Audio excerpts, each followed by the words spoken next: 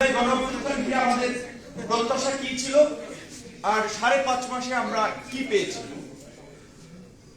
সহজ ভাষায় যদি আমরা এই দেশের আপামর জনসাধারণের কথা ভাবি, তাহলে জুলাই গণ অভ্যুত্থানকে কেন্দ্র করে তাদের প্রত্যাশা ছিল ফ্যাসিবাদের পতন হয়ে একটা নতুন বাংলাদেশের পরিবেশ আমরা দেখতে পাবো, যেখানে রাজনৈতিক দল মতের ঊর্ধ্বে থেকে মানুষ যেভাবে গত 1.5 দশক ধরে ধারাবাহিকভাবে গণতন্ত্র, ভোটের দাবিতে, মানবাধিকার প্রতিষ্ঠা, নাগরিক অধিকার প্রতিষ্ঠার জন্য লড়াই করেছে, সেই অধিকারগুলো পাবে এবং মানুষকে আর রাস্তায় লড়াই সংগ্রাম করতে হবে না তাদের দাবি দেওয়া নিয়ে।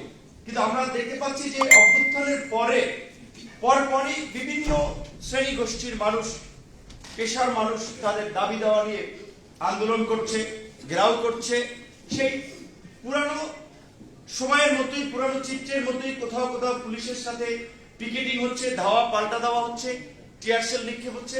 কিন্তু এই চিত্রটা অন্তত আমরা এই 5 মাসের মানে এই 5.5 মাসে আসলে আমরা দেখতে চাইনি। তো এটা ইন্ডিকেট করে যে স্বাভাবিকভাবে মানুষের যে প্রত্যাশা সেটা পূরণ হয় নাই, বরঞ্চ রাষ্ট্র সিস্টেম আগে যেভাবে চলছে এখনো একইভাবে চলছে। সবচেয়ে আমাদের ক্ষতি হয়েছে এই সরকারকে ঘিরে আমাদের সকলের যে প্রত্যাশা ছিল সেটা বড় রকমের হোঁচট খেয়েছে এবং এটা এই সরকার প্রধান আমাদের সকলের শ্রদ্ধা, আমরা সম্মান করি। স্বাভাবিকভাবেই বাংলাদেশের একমাত্র নোবেল বিজয়ী একজন ব্যক্তি, আর একজন নোবেল বিজয়ী বাংলাদেশ আগামী 50 বছরে পায় কিনা আমরা জানি না। আমরা একজন পেয়েছিলাম, তার প্রতি আমাদের সেই আনকন্ডিশনাল সমর্থন, শ্রদ্ধা, ভালোবাসা ছিল। কিন্তু দুঃখজনক যে তার ভূমিকাতে আসলে আমরা হতাশ, আমরা মর্মাহত। জাতি তাকে এই জাতির সংকটকালীন সময়ে নেতৃত্বের ভার তুলে দিয়েছেন, কিন্তু তিনি দক্ষতার পরিচয় দেননি। তিনি জাতির পালস সঠিকভাবে বুঝতে পারেন নাই, যেটা তার ইন্টারভিউতে নিউজের সম্পাদক জনাব নুরুল কবিরের সাথে 40 মিনিটের ইন্টারভিউ যদি আপনারা দেখেন বুঝতে পারবেন যে রাষ্ট্র পরিচালনার, দেশ পরিচালনার ন্যূনতম প্রস্তুতি কিংবা চিন্তা ভাবনা আমাদের শ্রদ্ধেয় স্যারের দায়িত্ব নেওয়ার পূর্বে কিংবা দায়িত্ব নেওয়ার সময় বোধহয় চিন্তা ভাবনা করেন না। এবং গত কয়েক মাসে তার সরকারের যে মুভমেন্ট এবং তার সরকারের যে ভূমিকা সেটা জনআকাঙ্ক্ষার বিপরীত। আমরা ফ্যাসিবাদের বিরুদ্ধে লড়াই সংগ্রাম করে রক্ত দিয়ে, জীবন দিয়ে এই পরিবর্তন এনেছি। এই পরিবর্তনের পরে আমাদের প্রধানতম দাবি ছিল এই শান্তিপূর্ণ ছাত্র আন্দোলনে, ছাত্র জনতার অভ্যুত্থানে যারা হামলা চালিয়েছে, গুলি চালিয়েছে, হত্যা চালিয়েছে তাদের বিচার করা, তাদেরকে গ্রেফতার করা, তাদের বিরুদ্ধে যথাযথ ব্যবস্থা নেওয়া। কিন্তু গতকালকে আপনারা ইন্ডিয়ার একটি পত্রিকায় সাবেক স্বরাষ্ট্রমন্ত্রী, এই ফ্যাসিবাদের অন্যতম মাস্টারমাইন্ড আসাদুজ্জামান খান কামালের ইন্টারভিউ শুনেছেন। 5 তারিখের পরে 6-7 তারিখ পর্যন্ত তিনি দেশে ছিলেন, তারপরে নিরাপদে পালিয়ে গেছেন। এই সরকারের এই 5 মাসেও এই ফ্যাসিস্ট রেজিমের সাথে সংশ্লিষ্ট অনেক শীর্ষ নেতৃবৃন্দ রাষ্ট্রীয় প্রটোকল নিয়ে তারা নিরাপদে পালিয়ে গিয়েছেন। সরকারের যারা উপদেষ্টা পরিষদ, গোয়েন্দা সংস্থা থেকে শুরু করে আইন শৃঙ্খলা বাহিনী যারা কাজে নিয়োজিত, তারা টেরও পান নাই, পেয়েছেন, তারা জানতেন, কিন্তু তারা ব্যবস্থা নেন নাই। এই ধরনের বিপ্লবের পরে যেটা হয়, স্বাভাবিকভাবেই সরকারি চাকরি থেকে শুরু করে সচিবালয়, বিভিন্ন জায়গায় প্রয়োজনে রাতারাতি আপনার কয়েক হাজার মানুষকে স্যাক করা, তাদেরকে চাকরিচ্যুত করা। কয়জন মানুষকে চাকরিচ্যুত করেছে, কয়জন মানুষের বিরুদ্ধে ব্যবস্থা নিয়েছে, আবার ব্যবস্থা নিবে কি? ব্যবস্থা নিতে গেলে দেখা যায় বিভিন্ন রকমের তদবির, সুপারিশ। আমরা যারা ফ্যাসিবাদের বিরুদ্ধে কথা বলছি, আমি দুঃশাসনের অবসানের বিরুদ্ধে লড়াই করেছি, আওয়ামী লীগের নিষিদ্ধের কথা বলছি, তারাই তলে তলে দল ভারী করার জন্য আওয়ামী লীগের লোকজন নিচ্ছি, এই আওয়ামী লুটেরা তন্ত্রের সহযোগী মাফিয়া এবং দুর্বৃত্তদেরকে সহযোগিতা করছি, পৃষ্ঠপোষকতা করছি। এসালাম নিয়ে খুব আলোচনা হচ্ছে বাংলাদেশে। এসালামের সম্পত্তি ক্রয় করার নির্দেশ দেওয়া হচ্ছে, এসালামের বিরুদ্ধে ব্যবস্থা গ্রহণ করা হচ্ছে। এসালাম বাংলাদেশের নাগরিকত্ব ত্যাগ করেছে, সিঙ্গাপুরের নাগরিকত্ব গ্রহণ করেছে। এখন তিনি বাংলাদেশে ফরেন ইনভেস্টর, তার নিরাপত্তা, তার সম্পত্তির নিরাপত্তা, তার ব্যবসা বাণিজ্যের জন্য বাংলাদেশ সরকার লায়াবল থাকবে। আবার বাংলাদেশ সরকারই তাকে এইখানে থাকার পার্মানেন্ট রেসিডেন্স গ্রান্ট করেছেন। একদিকে তিনি বাংলাদেশ থেকে, ব্যাংক থেকে এই দেশের জনগণের লক্ষ লক্ষ কোটি টাকা লুটপাট করে সিঙ্গাপুর, সাইপ্রাস, মালয়েশিয়া বিভিন্ন দেশে পাচার করেছেন। সেটি নিয়ে বাংলাদেশ ব্যাংকের গভর্নর সেটি নিয়ে তথ্য দিচ্ছেন, পত্রপত্রিকা আসছে, তার বিরুদ্ধে ব্যবস্থা নেওয়া হবে। তিনি বাংলাদেশের নাগরিকত্ব ত্যাগ করেছেন, সেটার বিরুদ্ধে বাংলাদেশের যা করণীয় ব্যবস্থা নেই, তলে তলে আবার তাকে সিঙ্গাপুরের নাগরিক হিসেবে এখানে রেসিডেন্স গ্রান্ট করেছেন যে তিনি এখানে ব্যবসা বাণিজ্য করতে পারেন। বসুন্ধরা গ্রুপের দুর্বৃত্তদের সাথে বাংলাদেশের ইতিহাসের ভূমি দস্যু লুটেরাদের মধ্যে বসুন্ধরা হচ্ছে এই দেশের অন্যতম লুটেরা গোষ্ঠী, শিল্প গোষ্ঠী। সেই বসুন্ধরার বিরুদ্ধে কি ব্যবস্থা নিয়েছে সরকার? এখন পর্যন্ত ব্যবস্থা নিয়েছে? এমনকি শোনা যাচ্ছে এই সরকারের উপদেষ্টাদের সহযোগীরা কিংবা এই সরকারের লোকেরা সৌদি আরব গিয়ে বসুন্ধরার লোকের সাথে মিটিং করেছে। কারণ তাদের টাকা লাগবে। সরকারের লোকেরা দল বানাতে চায়, ক্ষমতায় যেতে চায়, আওয়ামী দুর্বৃত্তদের সহযোগিতা নিয়ে দল বানাতে চায়, ক্ষমতায় যেতে চায়। আওয়ামী দুর্বৃত্তদের অর্থ সম্পদের যদি তাদের নেতাকর্মীদেরকে দিয়ে সেভ করাতে চায়, সেটি খুব পরিণতি ভালো হবে না। আন্দোলন আমরাও করেছি, লড়াই আমরাও করেছি। এই গণ অধিকার পরিষদ হতে পারে একটি ছোট্ট সংগঠন, সারা বাংলাদেশে আনাচে কানাচে গণ অধিকার পরিষদের বার্তা পৌঁছে গেছে। এইভাবে লড়াই সংগ্রামের মধ্য দিয়ে গণ অধিকার পরিষদ তৈরি হয়েছে। আমরা গর্ব করে বলতে পারি, বয়স রাজনৈতিক দলের অল্প হতে পারে, কিন্তু বাংলাদেশের ইতিহাসে গণ অধিকার পরিষদ একমাত্র রাজনৈতিক দল যারা ধারাবাহিক লড়াই সংগ্রামের মধ্য দিয়ে সতের বিপরীতে রাজনৈতিক দল হিসেবে নিজেদেরকে উত্থাপন করেছে, তৈরি করেছে, জনগণের সামনে উপস্থাপন করেছে। এই পরিবর্তনের পরে কত জনেরই তো কত কি পরিবর্তন হয়েছে। ছাত্র নেতৃবৃন্দকে আমরা চিনি, কর্মসূচির সময় 1500 টাকার মাইক ভাড়া দেওয়া লাগতো যাদেরকে, তাই এখন 7,000 টাকার ইউনিয়নের পাঞ্জাবি আর এলাকায় গেলে 150 গাড়ির বহর নিয়ে শোডাউন দিচ্ছে। এই ছাত্র নেতৃবৃন্দের মধ্যে মানুষের প্রত্যাশা ছিল ছাত্ররা নিজের সর্বস্বটুকু দিয়ে জাতির মুক্তির জন্য লড়াই করেছে, করবে। আগামী বাংলাদেশ বিনিময়ের ছাত্রদের উপরে, তরুণদের উপরে মানুষ ভরসা রাখবে। কিন্তু সেই ছাত্র নেতারা, ছাত্র নেতৃবৃন্দ আজকে কলঙ্কিত ইতিহাস রচনা করছেন। এই যদি চলতে থাকে তাহলে তরুণদের রাজনৈতিক ভবিষ্যৎ অন্ধকার। অবশ্যই এইগুলি কয়েক তরুণ সমগ্র তরুণদের প্রতিনিধিত্ব করেন। এই বিষয়ে আমাদেরকে পরিষ্কারভাবে মানুষের সামনে আমাদের অবস্থান ব্যাখ্যা তুলে ধরতে হবে। শেখ হাসিনার সময়ও আল রাজি কমপ্লেক্সের চিপায় অফিস নিয়েছিলাম, পতনের পরেও কিন্তু এখন এই আল রাজিটি আছি। আমাদের অবস্থার কিন্তু পরিবর্তন হয় নাই, অনেকে হইল। আপনারা তো যারা নিউজ কভারেজ করেন তারা জানেন আমাদের অফিস কিন্তু ওইখানে আছে। অনেক নেতৃবৃন্দই বলে যে কত জনে কত কি ভাই আপনি কিনে একটা অফিস টফিস এখন পর্যন্ত নিতে পারলেন না, করতে পারলেন না। আমরা সুবিধার জন্য লড়াই সংগ্রাম করি। গণ অধিকার পরিষদ পরিষ্কার ভাবেই বলছে যে বাংলাদেশে একটা নতুন ধারা রাজনীতির সূচনা করতে। আজকে যে রাষ্ট্র সংস্কারের আওয়াজগুলো জোরে সরে উঠছে, 2021 সালে গণ অধিকার পরিষদের ঘোষণাপত্রে আমরা বলেছিলাম একই ব্যক্তি দলীয় প্রধান এবং সরকার প্রধান থাকবে না। কারণ দলীয় প্রধান দলকে রিপ্রেজেন্ট করে, সরকার প্রধান সারা দেশের সব দলের কাজে। সে যদি সরকার প্রধান হয় তার দলীয় ছোট পদ ছেড়ে দেওয়া উচিত। একই ব্যক্তি দুইবারের বেশি প্রধানমন্ত্রী থাকতে পারবে না। এই সংস্কার কমিশনকে ধন্যবাদ জানাই, তারা বিবেচনা করেছে। এই প্রস্তাব আমরা দিয়েছিলাম। পৃথিবীর সবচেয়ে শক্তিধর রাষ্ট্র মার্কিন যুক্তরাষ্ট্রের প্রেসিডেন্ট এবং সেখানকার মেয়াদ 4 বছর। বাংলাদেশে এই যে ক্ষমতায় যে লঙ্কায় সেই হয় রাবণ, ক্ষমতাকে কুক্ষিগত করা কে না চেষ্টা করেছে বলেন? কোন সরকার ক্ষমতায় থাকতে ক্ষমতাকে দখল করার জন্য, পাকাপোক্ত করার জন্য, স্থায়ী করার জন্য চেষ্টা করে নাই? একজন দেখাতে পারবেন? গত 50 বছরে 5 দশকে যারাই সরকারে ছিল প্রত্যেকে ক্ষমতাকে কুক্ষিগত করতে চেষ্টা করেছে, পুরো রাষ্ট্রযন্ত্রকে দলীয়করণ করার চেষ্টা করেছে। কাজে আমরা এই জন্য বলেছি যে 5 বছর কমান এখান থেকে।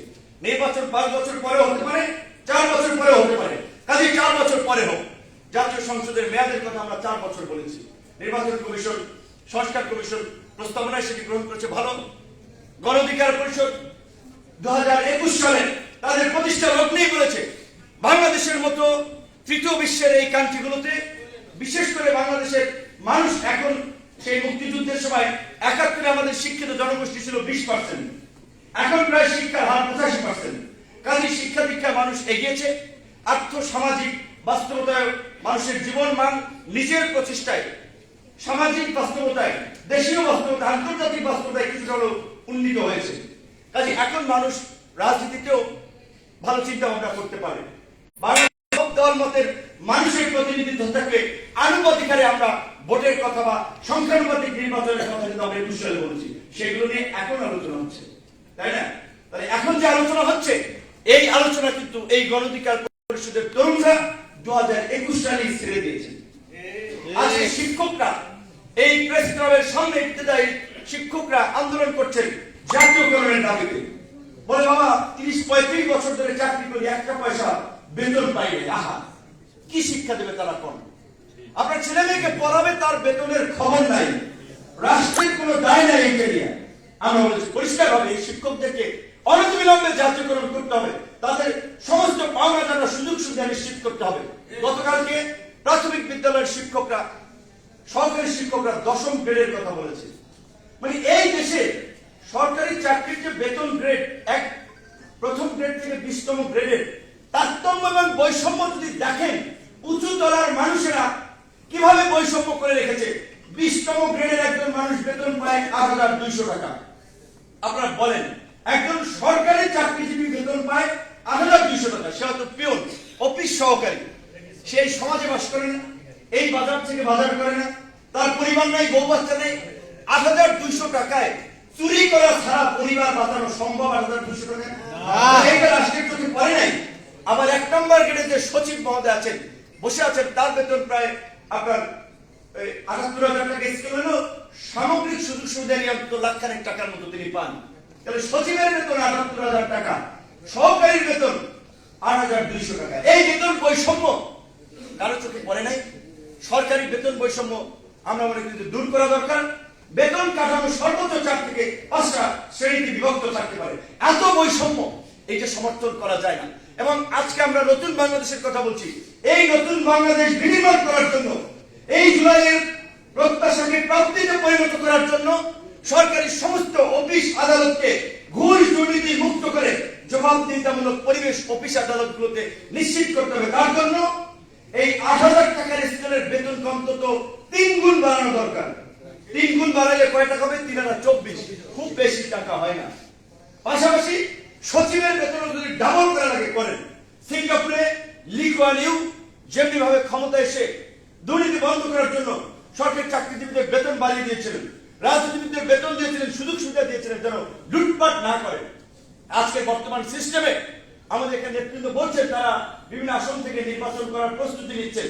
বাংলাদেশের বর্তমান সিস্টেমে একটা লোকাল ইলেকশন করতে হলে আপনাকে 8 থেকে 10 কোটি টাকার প্রয়োজন হবে। 8 থেকে 10 কোটি টাকা কোন জমিদার খরচ করবে? নিজের পকেটের টাকা খরচ করবে নির্বাচনের জন্য, খরচ করবে ধান্দার জন্য। 10 কোটি খরচ করবে, 50 কোটি কামাইবে। তাহলে এই যে নির্বাচন সংস্কার কমিশন যারা কাজ করতেছেন, আমি জানি না নির্বাচনে কালো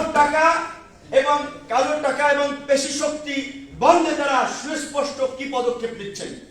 আমি মনে করি প্রার্থীদের নির্বাচনী পোস্টার থেকে প্রচারণা এবং গণহারে আবার দাঁড়াইলে তত টাকা দিতে পারবে না। প্রার্থী কারা হবে সেটা ন্যূনতম ক্রাইটেরিয়া থাকা উচিত এবং প্রত্যেক প্রার্থীকে নির্বাচনের একটা খরচ নির্বাচন কমিশনের দেওয়া উচিত। এটা তো নির্বাচন কমিশন দেবে না, রাষ্ট্রের কোষাগার থেকে দেবে। আর যারা নির্বাচন করতে চায় তারা তো রাষ্ট্রেরই প্রতিনিধিত্ব করতে, জনগণের প্রতিনিধিত্ব করতে চায়। কাজে এই কালো টাকা পেশি শক্তি যদি আমরা বন্ধ না করতে পারি, তাহলে এই জুলাই গণঅভ্যুত্থান ব্যর্থ হবে, বিফলে যাবে।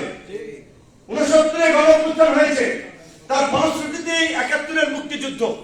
71-এর মুক্তিযুদ্ধের পরে আমরা কি দেখলাম? শেখ মুজিবুর রহমান সাহেব মুক্তিযুদ্ধের সময়ের অবিসংবাদিত নেতা। সেই সময় মুক্তিযুদ্ধের সংগঠকরা বলেছিল আপনি সবাইকে নিয়ে জাতীয় সরকার গঠন করেন। শেখ মুজিবুর রহমান সাহেব এবং আওয়ামী লীগ শুনে নাই, তারা 70-এর নির্বাচনকে ধরেই 72-ই তারা সেইভাবে পার্লামেন্ট গঠন করলেন। 73-এ একটা সাধারণ পাতানো ভোট ডাকাতি নির্বাচন করলেন এবং স্বাধীন বাংলাদেশে আনুষ্ঠানিকভাবে ভোট ডাকাতি এবং বাকশালী ব্যবস্থা, একদলীয় শাসন ব্যবস্থা আওয়ামী লীগের মধ্যে দিয়ে আনুষ্ঠানিকভাবে যাত্রা শুরু করে। ঠিক 21 বছর পরে ক্ষমতা এসে একই কাজ করার চেষ্টা করেছে, সফল হয়নি। 2008-এ এসে কিন্তু দেখেন টানা 16 বছর 4 টার্ম কিন্তু তারা এই ফ্যাসিবাদী ব্যবস্থা কায়েম করার চেষ্টা করেছিল। তো এইবার এই যে যারা আন্দোলন করেছেন সবাই যার যার ধান্দা নিয়ে ব্যস্ত আছেন।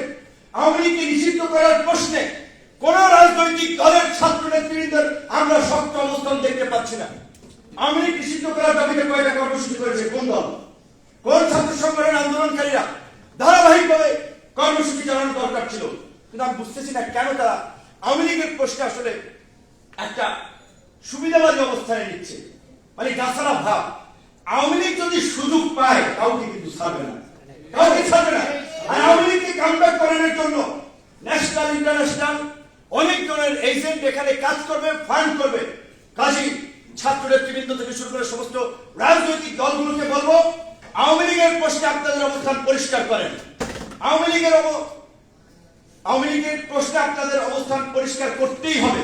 এবং জনগণকে বলবো, ৭১, ৯০, ২০০৭ সাল, এই ২৪-এ অসংখ্যবার এই দেশের সাধারণ মানুষ, ছাত্র জনতা, কৃষক, শ্রমিকের সন্তানেরা জীবন দিয়েছে। এই আন্দোলনে যে আমরা ওই ২০০ শতাধিক মানুষ মারা গিয়েছে, কয়েকজন এমপির ছেলে মারা গিয়েছে, কয়েকজন সচিবের ছেলে মারা গিয়েছে, কয়েকজন পুলিশের ডিআইজির ছেলে মারা গিয়েছে, কয়েকজন শীর্ষ ব্যবসায়ীর সন্তানরা মারা গিয়েছে।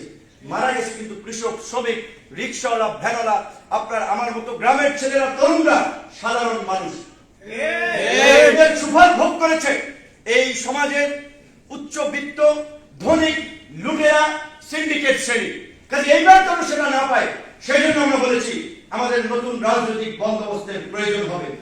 তো নতুন রাজনৈতিক বন্দোবস্ত আমরা চাই। জনগণ যদি সেটা উপলব্ধি না করে, তার সাথে না থাকে, তাহলে কিন্তু জেলেও সেই কদু। কাজী আমরা পরিষ্কারভাবে বলছি, গণ অধিকার পরিষদ এদেশের রাষ্ট্র ব্যবস্থা এই ফ্যাসিবাদী কাঠামোর পরিবর্তনের কাজ করে যাচ্ছে। নির্বাচন থেকে শুরু করে প্রশাসন, সমস্ত ব্যবস্থাকে আমূল পরিবর্তন চায়। সরকারকে আমরা শুরুর দিকেই বলছিলাম, আপনারা নাম দিয়েছেন অন্তর্বর্তীকালীন সরকার, ওইখানেই সরকারের পাইন মেরে দিয়েছেন অন্তর্বর্তী নাম দিয়েই। অন্তর্বর্তী নাম দিয়েই খাইছেন। অন্তর্বর্তী নাম হচ্ছে জাতীয় সরকার, সর্বদলীয় সরকার। ঠিক আপনারা করেন নাই। আপনারা ভেবেছিলেন যে খুবই সহজ, আপনারা সবাই মেনে নেবে, আজীবনের জন্য সাপোর্ট দেবে, বছরের পর বছর থাকবেন। কিন্তু দেখেন ৫ মাস যেতে না যেতেই সরকার এবং রাজনৈতিক দল, সবাই নয়তো কিছু কিছু রাজনৈতিক দল মুখোমুখি হয়ে দাঁড়াচ্ছে। এখন এই অবস্থা যদি চলতে থাকে, তাহলে আওয়ামী লীগকে নিষিদ্ধ করা লাগবে না। আওয়ামী লীগ এই আপনাদের এই ঝগড়া ঝাঁটি, এই বিভাজনে আওয়ামী লীগের পুনর্বাসনের সুযোগ করে দেবে। আওয়ামী লীগকে নিষিদ্ধ করবেন কোন সময়? এখন তো নিজেরা লেগে গেছে। এইটা কি প্রত্যাশিত ছিল? কাজে এখন আমরা ইউনূস সরকারকে বলবো, আমি জানি তারা করবে না, দাবি মানবে না, কিন্তু আমরা জনগণের কাছে পরিষ্কার থাকার জন্য আমাদের অবস্থানের পক্ষে আমরা এখনো বক্তব্য দিয়ে দেবো। আমরা মনে করি নির্বাচন যদি আগামী বছর ডিসেম্বরে হয় কিংবা পরবর্তী জুন জুলাই হয়, জাতীয় সরকার ছাড়া কোনোভাবে এই সংস্কার বাস্তবায়ন সম্ভব নয়। ইউনূস স্যার বিজয় দিবসের ভাষণে যেটা বলেছিলেন, সংস্কার কমিশনের প্রস্তাবনার পরে একটা জাতীয় ঐক্যমত সৃষ্টি করার জন্য কমিশন হবে, তিনি সেই কমিটির চেয়ারম্যান হবেন। তো আমরা অনুরোধ করব, আপনারা এখন যে রাজনৈতিক দল জাতীয় সরকারে যাবে না, তারা জনগণ তাদের বিষয়ে সিদ্ধান্ত নেবে। জনগণ কাউকে এককভাবে ক্ষমতায় দেখতে চায় না, জনগণ কাউকে মশকলে বসাতে চায় না। জনগণ রাষ্ট্র ব্যবস্থার পরিবর্তন চায়, রাষ্ট্র সংস্কার চায়, রাষ্ট্রকে নতুন ভাবে বিনির্মাণ করতে চায়। আর সেটার জন্য জাতীয় সরকারের বিকল্প নাই।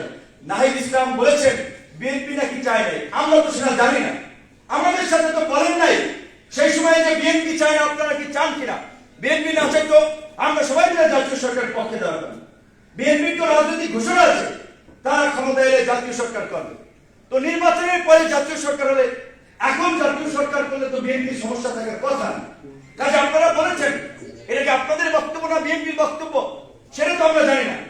আবার 111-এর কথা বলেছেন, 111-এর সবচেয়ে ভুক্তভোগী বিএনপি, সেই বিএনপি 111 দায়িত্বকে আনবে। তাহলে 111-এর কথাটা কেন আসতেছে? ওই যে সেই বাঘ আসে গল্পের মতো, আসে বলে প্রথম দিকে কেউ রেসপন্স করে না, যখন আসে তখন আর কেউ খোঁজ রাখে না। এই যে 111 নিয়ে আলোচনা হচ্ছে, এই 111 কিন্তু আপনারাই ডেকে আনবেন। কাজে এইটা আমরা পরিষ্কার বলছি, আপনারা গত 5 মাসে রাষ্ট্র পরিচালনায় ব্যর্থতার পরিচয় দিয়েছেন। অনতিবিলম্বে উপদেষ্টা পরিষদ পুনর্গঠন করেন এবং সমস্ত রাজনৈতিক দল, আন্দোলনের অংশীদার, নাগরিক সমাজ সহ সবার সাথে আলাপ আলোচনা করে জাতীয় ঐক্য এবং সংহতির মাধ্যমে আগামী বাংলাদেশ বিনির্মাণে জাতীয় সরকার গঠন করেন। জাতীয় অধিকার পরিষদের আজকের আলোচনা থেকে এটাই আমাদের আহ্বান। ধন্যবাদ। ধন্যবাদ নুরুল হক নূর ভাইকে অত্যন্ত সাবলীল প্রান্তিক বক্তব্যের জন্য।